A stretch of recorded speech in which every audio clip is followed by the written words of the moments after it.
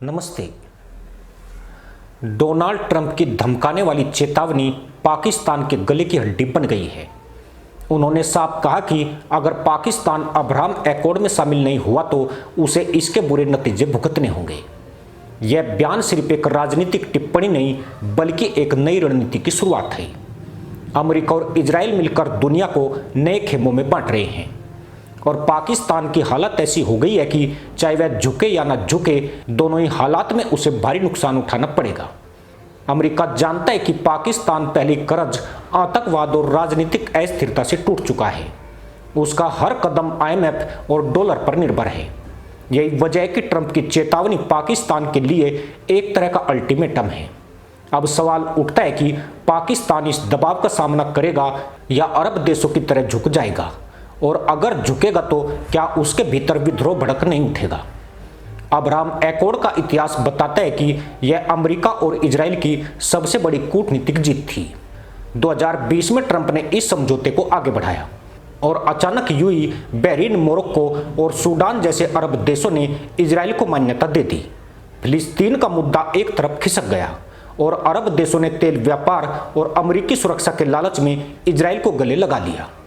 Saudi अरब भी धीरे धीरे उसी दिशा में बढ़ रहा है।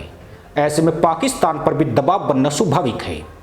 लेकिन पाकिस्तान की समस्या यह है कि उसकी पूरी राजनीति और पहचान ही फिलिस्तीन और इजराइल विरोध पर टिकी हुई है। पाकिस्तान ने कभी इजराइल को मान्यता नहीं दी। उसकी संसद, उसकी सेना और उसकी मस्जिदें हमेशा इस मुद्दे पर कट्टर रही है। हर बार जब इजराइल का नाम आता है, पाकिस्तान के नेता अपनी जनता को भड़काकर सड़कों पर उतारते हैं। यही उनका राजनीतिक हथियार भी है। लेकिन अब जब अमेरिका साफ कह रहा है कि अब्राहम एकॉर्ड में आओ वरना भुगतो, तो पाकिस्तान के नेताओं के पास बचने का रास्ता क्या है? सोचिए, पाकिस्तान पहले ही IMF से नया कर्ज लेने के लिए गिड़गिड़ा रहा है। उसकी अर्थव्यवस्था चरमरा चुकी है, डॉलर की भारी कमी है, उद्योग ठप पड़े हैं, बेरोजगारी और महंगाई आसमान छू रही है। ऐसे में अगर अमेरिका और पश्चिमी देश उस पर प्रतिबंध लगा दे या उसे आर्थिक सहायता से वंचित कर दे तो पाकिस्तान 2 महीने भी नहीं टिक पाएगा। तो क्या पाकिस्तान मजबूरी में इजराइल को मान्यता देगा? अगर ऐसा हुआ तो क्या उसकी जनता इसे बर्दाश्त करेगी? अरब देशों की मिसाल सामने है। सऊदी अरब, जिसने दशकों तक फिलिस्तीन का समर्थन किया, अब चुपचाप इजराइल की ओर बढ़ रहा है। यूएई और बहरीन ने तो पहले ही अमेरिकी दबाव और आर्थिक फायदे के लिए यह कदम उठा लिया। लेकिन पाकिस्तान के लिए स्थिति अलग है। उसके पास न तो तेल है, न ही धन, न ही स्थिरता। उसके पास सिर्फ एक ही चीज है और वह चीज है कट्टरपंथी भीड़। वही भीड़ जिसने हमेशा इजराइल के नाम पर खून उबाला है। अगर पाकिस्तान सरकार ने इजराइल को मान्यता दी तो यही भीड़ उसके खिलाफ सड़कों पर उतर आएगी और शायद देश में गृह युद्ध जैसी स्थिति बन जाएगी। ट्रंप की चेतावनी का असली मतलब यह है कि पाकिस्तान को अब 2 में से एक रास्ता चुनना पड़ेगा। पहला रास्ता, अमेरिका और इजराइल की लाइन में आकर अब्राहम एकॉर्ड का हिस्सा बनो और आर्थिक सहायता पाओ। दूसरा रास्ता, इजराइल के खिलाफ खड़े रहो और अंतर्राष्ट्रीय स्तर पर अलग थलग पड़ जाओ। सवाल यही है कि पाकिस्तान किस रास्ते पर जाएगा। इस पूरे खेल में पाकिस्तान की सेना की भूमिका सबसे अहम है। असीम मुनीर और उनकी सेना हमेशा अमेरिका से मदद लेती रही है। हथियार, फंडिंग और राजनीतिक समर्थन सब अमेरिका से ही आता रहा है। लेकिन इस बार दुविधा यह है कि सेना भले ही मान ले, लेकिन जनता कैसे मानेगी? अगर जनता सड़कों पर उतरी तो सेना भी उसे दबा नहीं पाएगी।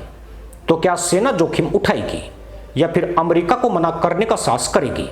दूसरी ओर भारत के लिए यह स्थिति बेहद दिलचस्प है।